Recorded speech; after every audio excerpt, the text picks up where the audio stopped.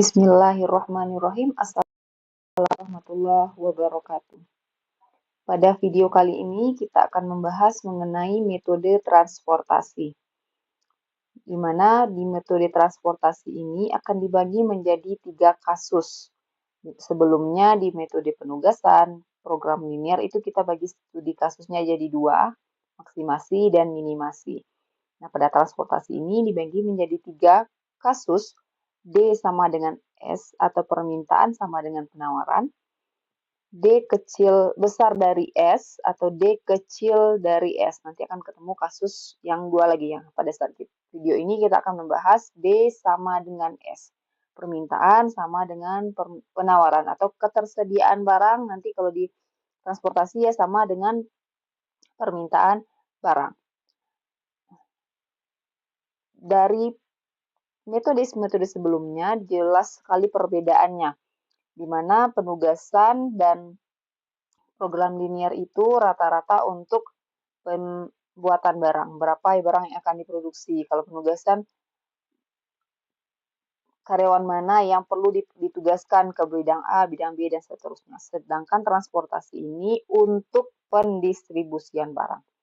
Mungkin sesuai namanya di sini atau pengertiannya, metode transportasi adalah suatu metode yang digunakan untuk mengatur distribusi dari sumber-sumber yang menyediakan produk yang sama ke tempat-tempat yang membutuhkan secara optimal dengan biaya yang termurah.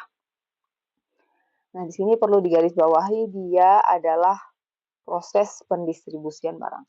Pendistribusian barang dari mana? Tentu dari sumber ke tujuan. Tempat-tempat yang membutuhkan. Di mana jelas di sini pada saat pendistribusian barang tentu akan ada biaya yang ditimbulkan. Biaya yang ditimbulkan ini akan tentu berbeda-beda dari setiap pabrik atau sumber ke tujuannya. Karena di sumber ada ketersediaan, di tempat atau gudang misalnya ada kebutuhan. Tentu harus dipenuhi kebutuhan dengan ketersediaan yang ada. Nah, di situ berapa jumlah yang kita distribusikan akan menentukan biaya yang ditimbulkan. Tujuannya di sini apa? Metode transportasi ini bertujuan meminimalkan biaya yang ditimbulkan seminimal mungkin. Oke. Di sini mungkin tadi sudah disampaikan juga jelas bahwa kalau suatu model yang transportasi ini merupakan model yang berhubungan dengan distribusi. Ya, ada sumbernya, ada tujuannya. Atau di sini jelas juga disampaikan sejumlah barang untuk ditawarkan atau penawaran dan di setiap tujuan mempunyai permintaan terhadap barang tersebut. Ada permintaannya, ada penawarannya. Nah, harus dipenuhi permintaannya, harus habis penawaran yang ada. Nah, itu maksudnya dari transportasi, berapa permintaan terpenuhi, penawaran harus habis juga harus terdistribusi ke permintaan tadi. Dengan apa? Dengan berbagai metode yang tadi. Ada yang memperhatikan biaya, ada yang tidak memperhatikan biaya, dan segala macamnya. Tergantung nanti metode yang kita pakai. Namun perlu diperhatikan dengan metode-metode yang kita gunakan, pilihlah dari metode yang ada itu biaya yang paling kecil yang ditimbulkan. Ya, itu yang akan kita pakai pendistribusian barangnya atau alur pendistribusian barangnya.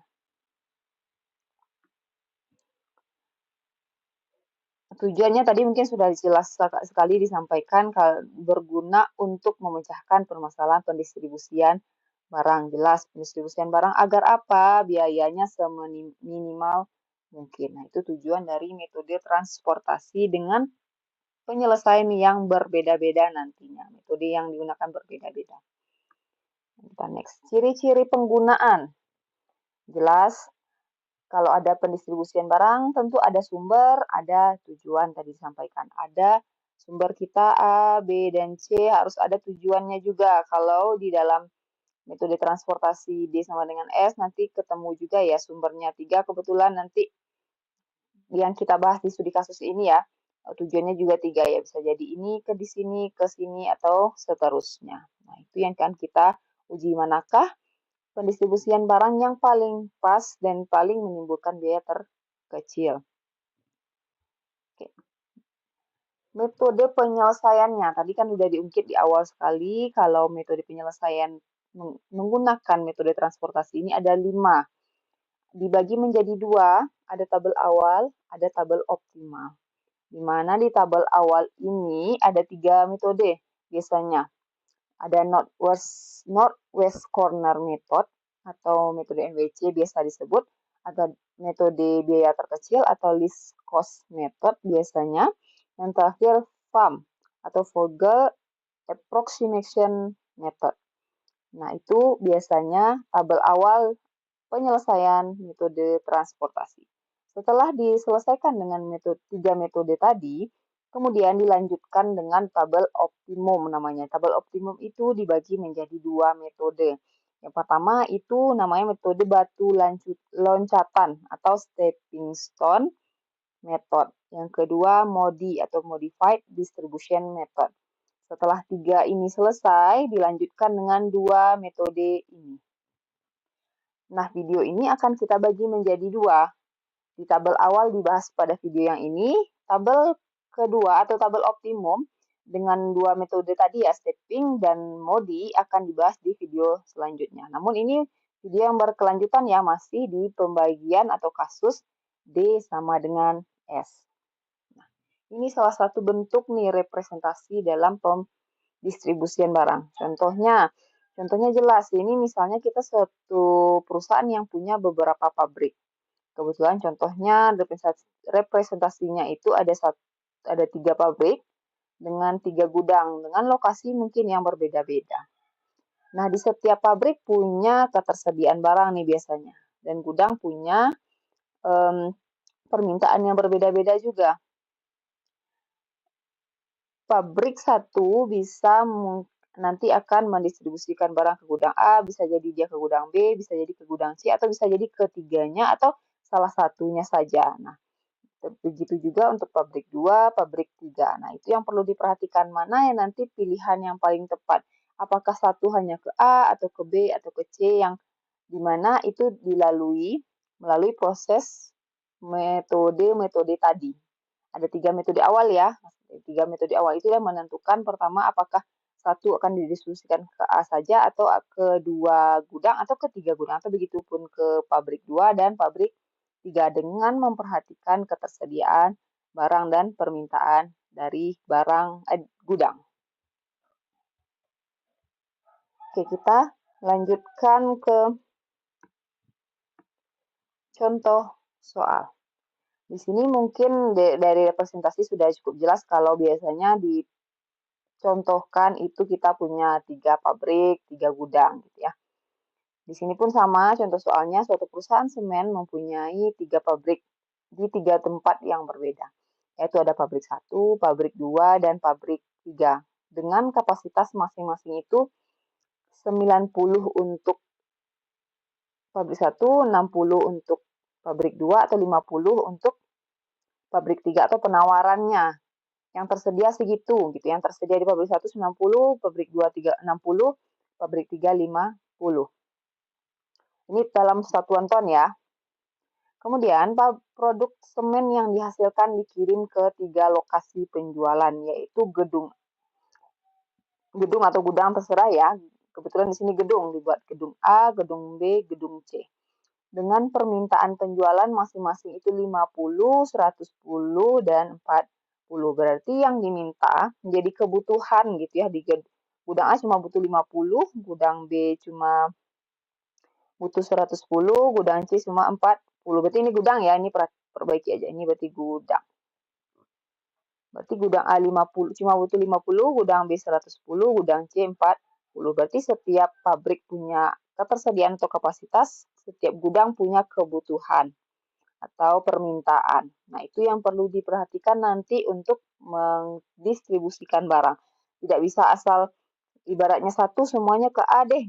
Belum bisa gitu ya. Karena kenapa? Kapasitas si pabrik 190 sedangkan si A cuma butuh 50. Tentu nggak mungkin semuanya dimasukkan sini. Ibarat si A tolak dong sebagiannya gitu ya. Karena dia cuma butuh 50. Nah, itu yang perlu diperhatikan. Berarti satu gimana? Solusinya mau ke 2 kah atau ke 3 kah? Itu yang disesuaikan nanti dengan metode-metode yang pas. Ya, perlu diperhatikan juga yang angka di tengah ini merupakan biaya yang ditimbulkan jika pendistribusian barang itu misalnya pabrik 1 ke A, pabrik 1 ke A ini berarti dia akan menimbulkan biaya sebesar 20. Misalnya 1 ke B berarti biaya yang ditimbulkan nanti 5. Terus 2 ke B berarti biaya yang ditimbulkan nanti 20. Nah, itu maksud dari penjabaran tabel ini. Nah, ingat satuannya diperkecil dikit ya. Pada saat menyimpulkan hasil, kembalikan lagi 0 atau penyederhanaan angka kita tadi. Oke, nah biasanya supaya menggampangkan, tapi kalau pada saat tabel awal ini masih tidak terlalu diperlukan. Namun untuk tabel optimum penyelesaian menggunakan stepping atau modi, penamaan sel perlu. Ini namanya penamaan sel. Berarti kan ini biasanya dimulai dari sini ya, penamaan sel dari sini ke kiri, dari pojok kiri ke kanan, ke sini, balik lagi ke sini, dan seterusnya. Nah, di sini bisa disesuaikan penamaannya 11, 12, 13 sampai dengan sel 3.3. Ini sel berarti penamaannya menyesuaikan. Kalau punya 5 gudang, 5 pabrik ya berarti sampai sel 1.5 dan di bawah sel 5.5. Ya berarti perhatikan, sesuaikan. Nanti untuk tabel awal ini, penamaan ini tidak terlalu diperlukan. Nanti pada saat tabel optimum kita kembalikan, kita bahas lagi sedikit tentang penamaan sel ini. Oke. Masuk ke tabel awal metode northwest corner atau sudut barat laut. Biasanya atau istilahnya pojok kiri atas. Nah, biasanya sesuai namanya pojok kiri atas. Berarti metode ini menyusun tabel awal dengan cara mengalokasikan distribusi barang dimulai dari sel yang terletak pada sudut kiri paling atas. Tidak berarti tidak memperhatikan biaya, dia hanya memperhatikan posisi di dalam kasus ini. Jadi posisi sel istilahnya, posisi sel atau posisi tabel. Jadi kita selalu mulai dari pojok kiri paling atas. Nah, aturannya sebenarnya ini bisa dibaca saja dan nanti pada saat pengerjaan saya menjelaskan di bagian belakang akan memahami apa yang tertulis di sini, aturan tertulisnya gitu ya. Mungkin di yang awal sudah jelas pengisian sel dimulai dari pojok kiri atas sesuai dari nama atau pengertiannya tadi ya. Northwest corner pojok kiri atas berarti dimulai dari ujung kiri paling atas.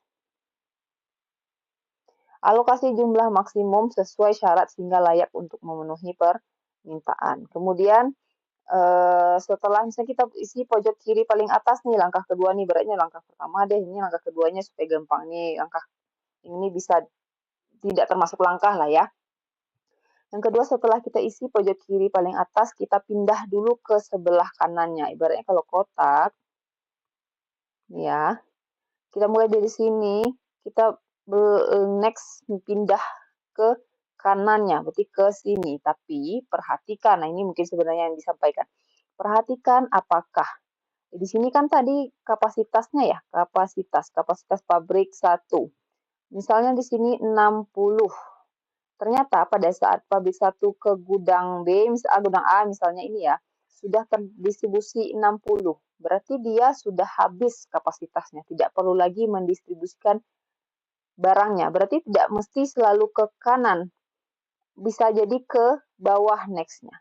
Ke bawah, karena apa? Karena ya kapasitasnya sudah habis semua, berarti tidak lagi si pabrik 1 ke B atau ke C, karena semua barangnya sudah otomatis masuk ke A. Berarti tinggal kita memperhatikan distribusi barang dari pabrik 2. Nah, mungkin langsung kita cobakan ke contohnya. Nah, ini tidak terhapus ya. Berarti kita anggap ini kosong terlebih dahulu gitu ya. Kita anggap ini kosong terlebih dahulu. Metode northwest corner atau pojok kiri atas. Berarti kita mendistribusikan barang dari sini. Dari pabrik 1 ke mana dia? Otomatis di sini ke gudang A, ini otomatis selalu untuk NWC. Perhatikan gudang A butuh berapa? Butuh 50. Pabrik 1 berapa jumlah kapasitasnya atau yang tersedia? 90. Bisa nggak memenuhi semua kebutuhan gudang A? Otomatis bisa. Berarti si pabrik 1 bisa memenuhi semua kebutuhan A. Karena A cuma butuh 50, berarti pabrik 1 otomatis akan mendistribusikan barang untuk si A sebesar 50. Kemudian, karena kapasitasnya tadi si pabrik 1 90, yang baru terdistribusi 50, berarti tersisa 40. Nah, sisa 40 kemana? Kita bergerak ke kanan. Nah, ini maksudnya tadi. Jika ini habis, berarti bergeraknya ke bawah. Karena dia bersisa, bergeraknya ke kanan. Sisanya kemana ya? Antara ke B nanti atau jika B sisa, pindah lagi ke C. Kita perhatikan sisa 40. B, berapa kebutuhannya? Kebutuhannya 110. Berarti semua barang yang tersisa di pabrik 1 apakah bisa didistribusikan ke B? Berarti bisa ya, semuanya bisa dipindahkan ke gudang B. Berarti 40 dari pabrik 1 ke gudang B. Berarti dilihat apakah kapasitas pabriknya masih tersisa, sudah habis. Berarti pabrik 1 tidak bisa lagi mendistribusikan barang ke C. Otomatis C ini akan dari 2 mungkin atau dari pabrik 3. Nah, kita lihat si B lagi. Si B tadi baru didistribusikan 40, sedangkan dia butuh 110. Berarti tertinggal berapa? Tertinggal 70. Kita lihat 70 yang dia butuhkan. Dari pabrik 2, berarti kita bergerak setelah itu ke bawah. Dari pabrik 2, apakah pabrik 2 kapasitasnya berapa dulu? 60. 60 berarti si pabrik 2 bisa mendistribusikan barangnya semua ke gudang B. Ya, karena ingat tadi gudang B itu butuh 70. Berarti yang tersedia di 2 hanya 60. Berarti semuanya di yang pabrik 2 bisa diberikan ke gudang B. Ini berarti habis. Kita perhatikan. Tadi tersisa 70, sudah didistribusikan lagi 60, berarti tertinggal 10. Berarti 10 ini dari mana? Ya otomatis dari pabrik 3. Berarti kita lanjut lagi bergerak ke bawah. Berarti otomatis semua dari gudang B harus kita selesaikan nih di pabrik 3 tadi. Pabrik 3, lihat berapa yang tersedia? 50. 50 ini berarti ya bisa memenuhi yang tertinggal di gudang B, itu 10. Berarti semua yang dibutuhkan oleh B sebanyak 110 sudah terpenuhi dari pabrik 1 40, dari pabrik 2 60, dan dari pabrik 3 10. Kemudian kita lihat, di pabrik 3 tadi udah 10 ke B. Berarti tinggal itu 40 di pabrik 3. Kita lihat yang belum terdistribusi yang mana? Ya gudang C. Gudang C otomatis ya bukan otomatis. Gudang C perhatikan dulu 40 yang dia butuhkan. 40 yang dibutuhkan yang tinggal di pabrik 3 juga 40 ya, sama. Jadi bisa didistribusikan yang tertinggal dari pabrik 3 semuanya ke gudang C. Berarti ini sudah terpenuhi. Nah, ini yang mungkin tertinggal sedikit yang terlupa. Ingat kalau D sama dengan S, jumlah ini akan sama. Jumlah kapasitas dengan jumlah kebutuhan yang ada akan sama jumlahnya. Ini kebetulan kapasitas pabrik 1, 2, dan 3 itu jumlahnya 200. Otomatis kalau kasus kita D sama dengan S, jumlah kebutuhan gudang A, B, dan C juga 200. Beda lagi kasus nanti jika besar kapasitasnya daripada kebutuhannya atau kebalikannya, misalnya besar kebutuhan daripada kapasitas. Beda lagi pelakuan pengerjaan. Sebelum didistribusikan, perlu nanti ditambah namanya variabel dummy, baris dummy atau kolom dummy nanti. Kemudian lanjut ke penyelesaiannya. Ini sudah bisa disimpulkan karena semua barang sudah terdistribusi dan semua kebutuhan sudah terpenuhi. Jadi menyimpulkannya bagaimana? Ini sebenarnya secara sederhana. Kalau di dalam jawaban kertas latihan ataupun ujian harusnya lebih kompleks ya, misalnya kesimpulan. Kesimpulan pendistribusian barang. Ini saya bacakan aja ya tulisannya, ditulis aja di dalam PPT. Pendistribusian barang dari pabrik 1 ke gudang A sebesar berapa? 20, bukan, sebesar 50 dengan biaya 20.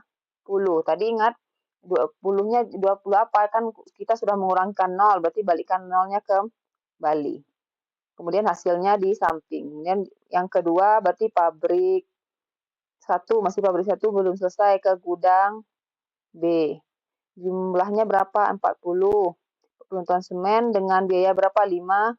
Tadi kita kurangi 30 ya, berarti 5.000. Nah, hasilnya berapa nanti dijumlahkan ya. Hasilnya segini ya, berarti ini dikembalikan nolnya 3.260.000. Ini ibaratnya kesimpulan sederhana. Namun sebaiknya nanti pada saat punya kesimpulan di dalam hasil latihan maupun ujian seperti ini dibuat dengan jelas.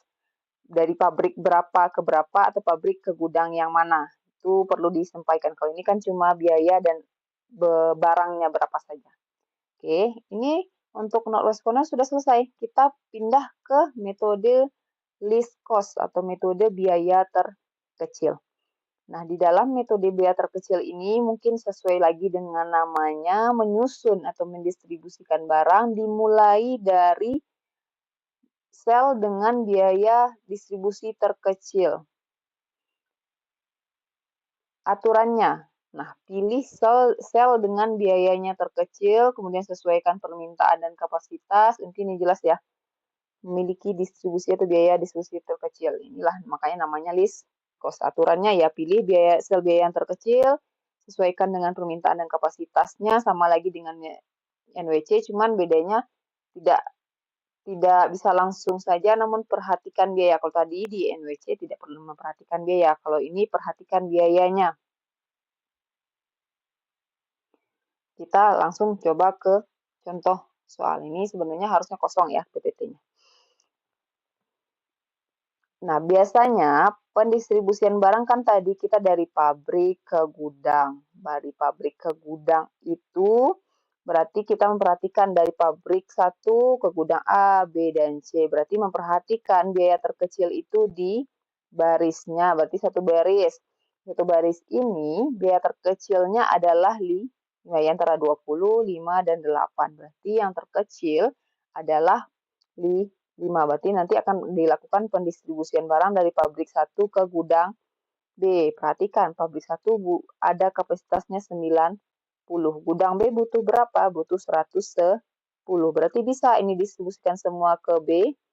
Bisa, karena tidak melebihi kebutuhan. Nah, berarti kapasitas pabrik 1 habis karena semuanya sudah dipindahkan ke gudang B. Berarti B tinggal berapa?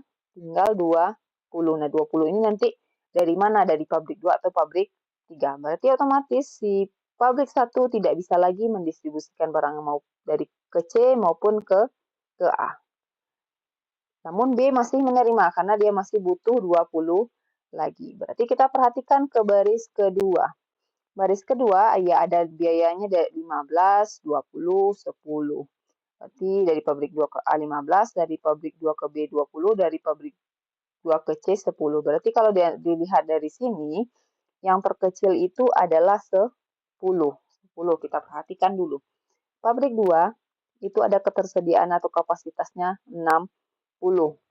Kebutuhan gudang C berapa? 40. Berarti si 2 bisa memenuhi semua kapasitas kebutuhan gudang B sebesar 40.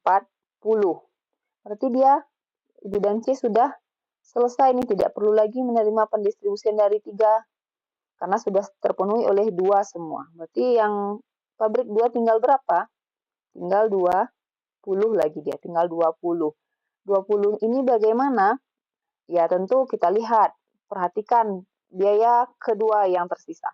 Ini kan ada 15, ada 20. Berarti di antara dua ini yang terkecil yang mana?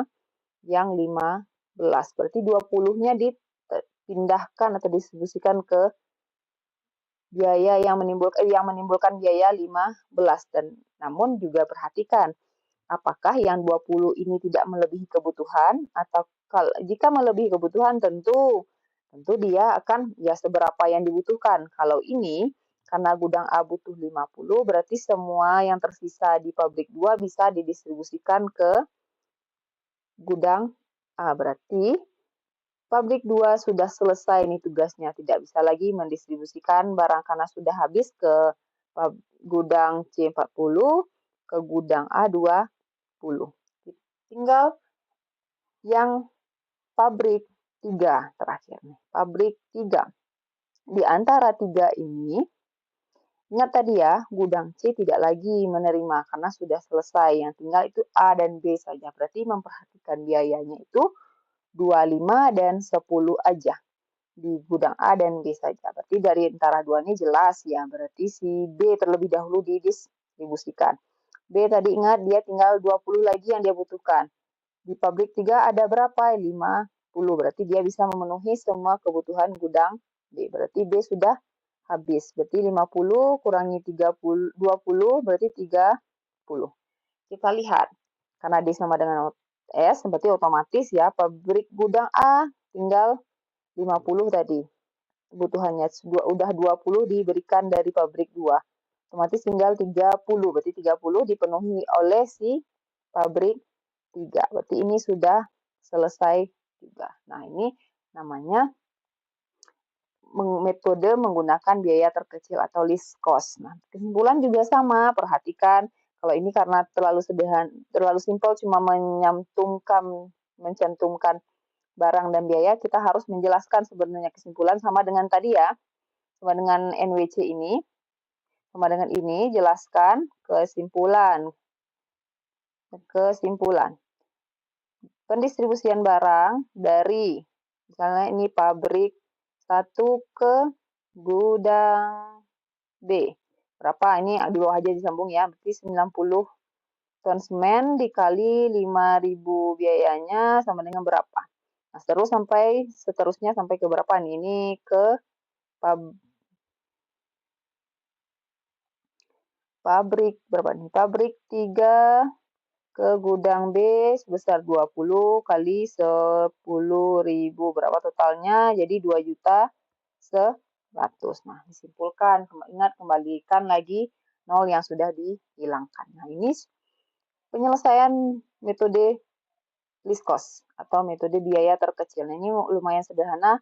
Daripada metode ketiga nanti FAM, metode Vogel approximation method gitu ya. FAM metode ini yang sedikit lebih rumit daripada dua metode sebelumnya. Namun biasanya ini yang menghasilkan biaya terkecil nih, paling kecil. Namun kita lihat ya, kadang-kadang kebetulan contoh itu studi kasusnya yang menemukan FAM terkecil. Kadang-kadang studi kasus itu berbeda-beda, ternyata bukan FAM yang terkecil, kadang ada NWC, kadang-kadang ketemu kasus yang least cost terkecil. Tapi bisa dibuktikan nanti ke tabel optimum. Jadi ibaratnya semua proses dilalui oleh 3 metode ini dulu, baru lanjut ke 2 metode yang tadi, yang tabel optimum, stepping dan modi. FAM ini dilakukan dengan cara mencari selisih biaya terkecil pada setiap kolom maupun baris. Berarti selisih di setiap kolom dan setiap baris. Kita punya 3 baris dan 3 kolom, berarti setiap baris dan kolomnya dilakukan pengurangan. Oke, kita cobakan langsung, ini bisa dibaca sendiri. Jelas tadi dilakukan selisih di setiap baris dan setiap kolom. Berarti ini ingat, ini baris, ini kolomnya, dilakukan selisih. Selisihnya yang mana? Di depan juga disebutkan selisih biaya terkecil pada setiap baris dan setiap kolom. Oke, berarti kita perhatikan dulu selisih baris ini untuk baris dulu ya. Ini baris, mungkin di bawahnya bisa kolom. Oke, di baris ini mungkin karena penyelisihan tidak bisa sekali, biasanya ini ibaratnya penyelisihan atau selisih pertama, itu penyelisihan yang pertama, ini kolom pertama. Baris yang pertama ini nggak perlu saya tandai, ibaratnya 1, 2, 3, nggak apa-apa deh tandai. Berarti kalau baris pertama ini nilai terkecilnya antara 8 dan 5. Berarti 8 nih kurangi 5 deh, biar gampang. Di 3. Kemudian baris kedua selisihnya yang mana? Biaya terkecilnya 15 dan 10. Berarti 15 dikurangi 10 yaitu 5. Yang ketiga 10 dan 19. Berarti ya 10 19 kurangi 10 itu 9. Kemudian kolom pertama. Pertama itu yang terkecil di antara 3 ini adalah 15 dan 20. Ingat ya, melakukan penyelesaian itu pilih 2 nilai terkecil dari 3 nilai. Berarti kan setiap baris punya 3 nilai atau setiap kolom punya 3 nilai. Pilih 2 nilai terkecil atau biaya terkecil, kemudian selisihkan. Ini yang terkecilnya 20 dan 15. Berarti ya selisihnya yaitu 5. Berarti ini selisihnya. Kemudian ini 10 dan 5 itu 5. Yang ketiga 10 dan 8 itu 2. Nah, ini merupakan selisih. Kemudian bagaimana setelah kita telah tentukan selisih, setelah kita selisihkan, kita pilih nilai selisih terbesar, yaitu di sini kebetulan adalah 9. 9 berada di mana? Berada di posisi baris 3. Setelah kita tentukan ini baris ketiga, berarti ini bagian yang akan didistribusikan, yaitu selisih antara 19 dan 10. Pilih yang mana? Yang ketentuannya pilih nilai atau biaya terkecil di antara dua tadi. Ini kan kita baris ketiga selisih antara 19 dan 10, berarti kita akan memposisikan pendistribusian barang pada biaya yang 10. Berarti lihat biaya 10 itu berarti otomatis dari pabrik 3 ke gudang B dia otomatis. Ingat pabrik 3 itu berapa kapasitas? 50. Gudang B butuh berapa? 110. Berarti pabrik 3 bisa mendistribusikan barangnya semua ke B.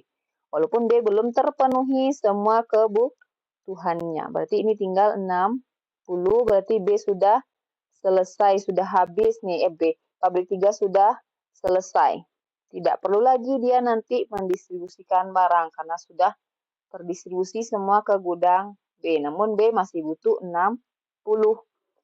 Nah, kita coba lanjut ke selisih kedua. Nah, sembari itu nanti akan ketahuan juga jika sudah selesai pendistribusian atau sudah semuanya terpenuhi kebutuhan, berarti tidak lagi dibutuhkan penyelisihan di baris atau kolom tersebut.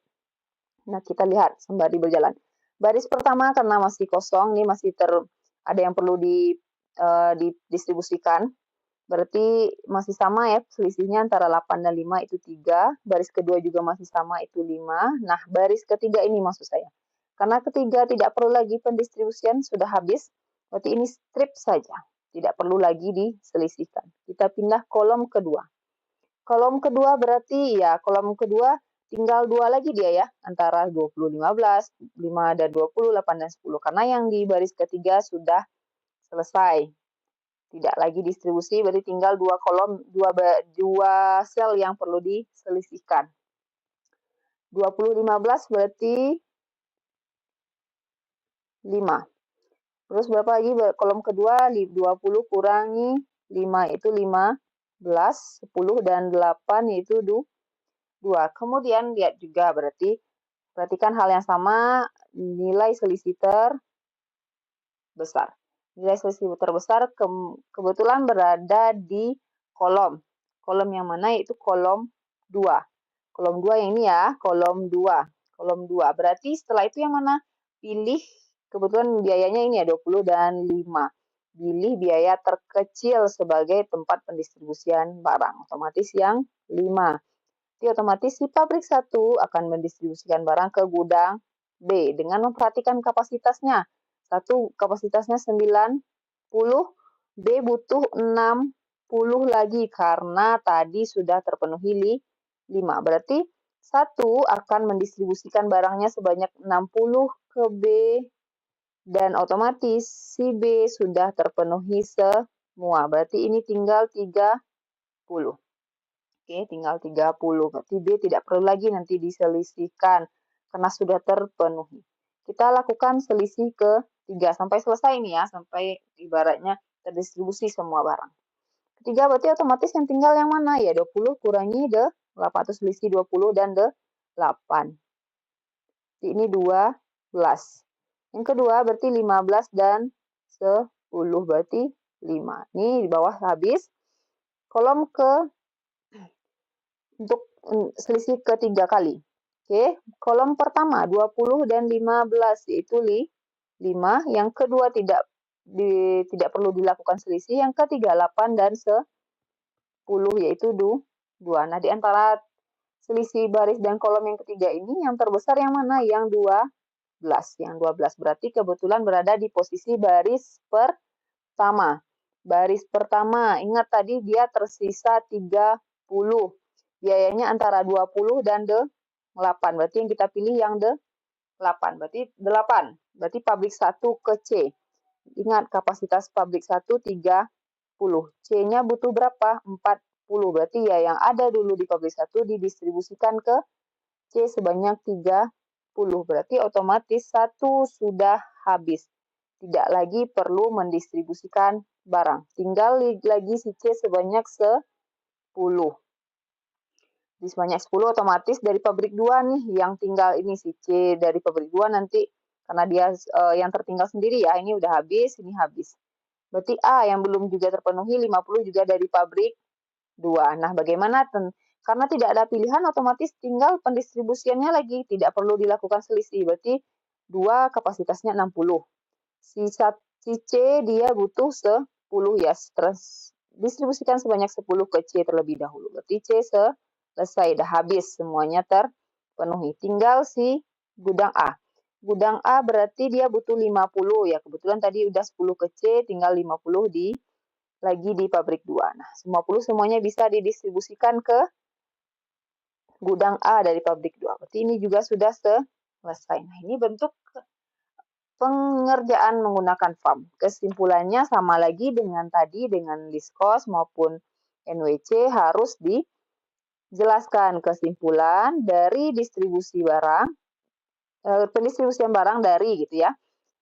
Pertama, berarti pabrik 1 ke gudang. Ya, ibaratnya ini gudang apa nih? Pabrik 1 ke gudang B. Sama dengan misalnya 60 kali 5.000. Berapa totalnya? Sampai dengan terakhir, ini terakhirnya mana nih? Pabrik 3 ke gudang B sebanyak 50 dikali 10.000 biayanya berapa? Totalkan.